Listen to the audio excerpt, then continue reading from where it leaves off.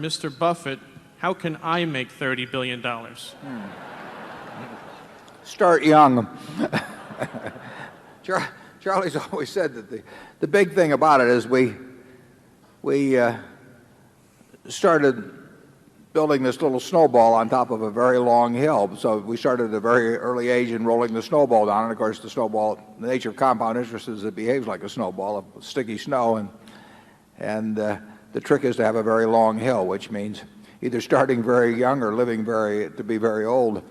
I would do it exactly the same way if I were doing it in the investment world. I mean, if I were getting out of school today and I had $10,000 to invest, I'd start with the A's. I would start going right through companies, and I probably would focus on smaller companies because I would be working with smaller sums, and there's more chance that something is overlooked in that arena.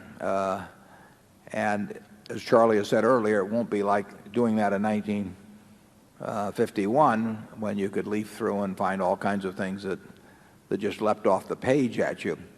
But that's the only way to do it. I mean, you have to buy businesses or little pieces of businesses called stocks, and you have to buy them at attractive prices, and you have to buy them, and you have to buy into good businesses. And that advice will be the same 100 years from now in terms of investing. That's what it's all about. Well, if you're interested in business, I definitely think you ought to learn all the accounting you can by the time you're in your early 20s. Accounting is the language of business. Now, that doesn't mean it's a perfect language, so you have to know the limitations of that language as well as all aspects of it. So I would advise you to learn accounting, and I would advise you to be, in terms of part-time employment or anything else, work in a number of businesses. There's nothing like seeing how business operates to build your judgment in the future about businesses. When you understand what kind of things are very competitive and what kind of things are less competitive and why that works that way, all of that adds to your knowledge. So I would do a lot of reading.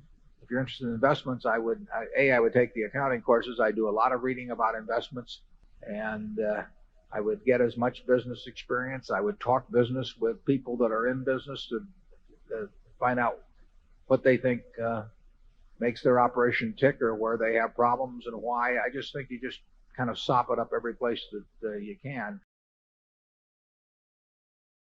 If I were working with a small amount of money, the universe would be huge compared to the universe of possible ideas I work with now. You mentioned that 56 to 69 was the best period. Actually, my best period was before that. It was from right after I met Ben Graham in early 1951. But from the end of 1950 through the next 10 years, actually returns averaged about 50% a year. And I think they were 37 points better than the Dow per year, something like that. But I was working with a tiny, tiny, tiny amount of money. And so I would pour through volumes of businesses, and I would find one or two that I could put $10,000 into or $15,000 into that were just ridiculous. They were ridiculously cheap. And obviously, as the money increased, the universe of possible ideas started shrinking dramatically. The times were also better for doing it in that time. But I think if you're working with a small amount of money with exactly the same background that Charlie and I have, and same ideas, same whatever ability we have, I think you can make very significant sums. But as soon as you start getting the money up into the millions, many millions, the curve on expectable results falls off just dramatically. But that's the nature of it. When you get up to things you can put millions of dollars into, you've got a lot of competition looking at that, and they're not looking as I did when I started. When I started, I went through the pages of the manuals page by page. I mean, I probably went through 20,000 pages in the Moody's Industrial, Transportation, Banks, and Finance manuals, and I did it twice. And I actually, looked at every business. I didn't look very hard at some. Well, that's not a practical way to invest tens or hundreds of millions of dollars. So I would say if you're working with a small sum of money and you're really interested in the business and willing to do the work, you will find something. If you were, there's no question about it in my mind. You will find some things that promise very large returns compared to what we will be able to deliver with large sums of money. Is business school worth it?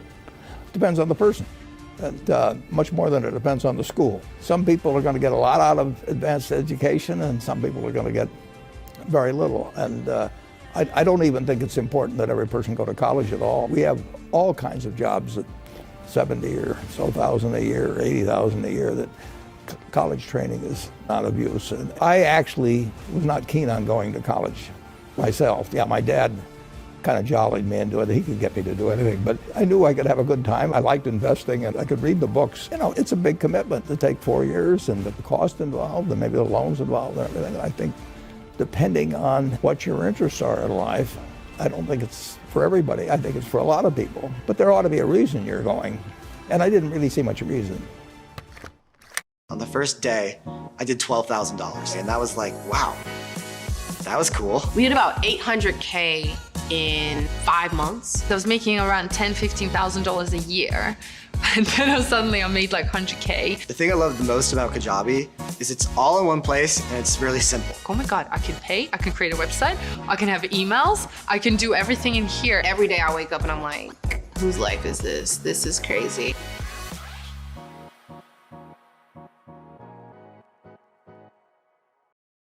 Waste less food with a farm fresh system from Bosch. With innovative features that take food preservation to the next level, 4 advanced technologies work together to keep your foods fresh up to 3 times longer. The Farm Fresh system from Bosch. There's nothing like following your passion. I mean, I love what I do, obviously, and I've loved it the whole time I've done it. Charlie is the same way. We have managers, you know, they come. Some of them went to business school, some of them didn't. You know, they're all types, but the common factor in them is they love what they do. You know, and you've got to find that in life. And some people are very lucky in finding it very early. I was dumb luck that my father happened to be in the securities business. So when I would go to his office, there were a lot of books to read, and I got entranced with that. But you know, if he'd been in some other occupation, I think I would have read those books eventually, but it would have been a lot later. So if you find something that turns you on, my guess is you're going to do very well. And the beauty of it is, in a sense, there's not that much competition. I mean, there are not a lot of people out there that are going to be running faster than you in the race that you elect to get into. And if you haven't found it yet, you may well have found it. But if you haven't found it yet, you've got to keep looking. And we've got 70-plus managers. You know, some of them didn't. We had one guy that didn't go to high school even, didn't he, Charlie? Oh, yeah. He quit in 4th grade, I think. Yeah. Well, Mrs. B never went to school a day in her life, you know. And when you go out to the Furniture Mart, I hope you go out this evening. We expect to set a record today in sales. What you are looking at on those 78 acres, you know, is the largest home furnishing store, about 400 million of sales, largest store in the United States, and it comes from $500 of capital paid in by a woman that never went to school a day in her life and couldn't read or write. You know, I mean, she loved what she was doing, and you know, I tell the story. This is a true story. When she was well into her 90s. She invited me over to her house for dinner. That was very unusual. At a very nice house, 6 or 7 blocks away from the store. And I went into the house, and the sofa, the chairs, the lamp, the dining room table, they all had little green price tags hanging down at them. It made her feel at home. And I said to her, Mrs. B, you are my kind of woman, yeah? Forget Sophia Loren and all the rest. I mean, this is my kind of woman. She loved it, you know, and she loved it all her life. And just think of what that produced. I mean, it's incredible. I mean, one time my dad used to quote Emerson that the power that lies within you is new in nature, you know, and basically the power that was within Mrs. B was new in nature. And just over a lifetime, it produced amazing things. So find your passion. And then don't let anything stop you. The biggest mistakes are the ones that actually don't show up. They're the mistakes of omission rather than commission. We've never lost that much money on any one investment, but it's the things that I knew enough to do that I didn't do. We have missed profits of as much as, maybe $10 billion in things that I knew enough to do and I didn't do. Now, the fact I didn't buy Microsoft way back is not a foregone opportunity because I didn't know enough to make that decision. But there have been other investments where I didn't know enough to make the decision, and for one reason or another, I either didn't do it at all or I did it on a small scale. I was sucking my thumb when I should have been writing checks, basically.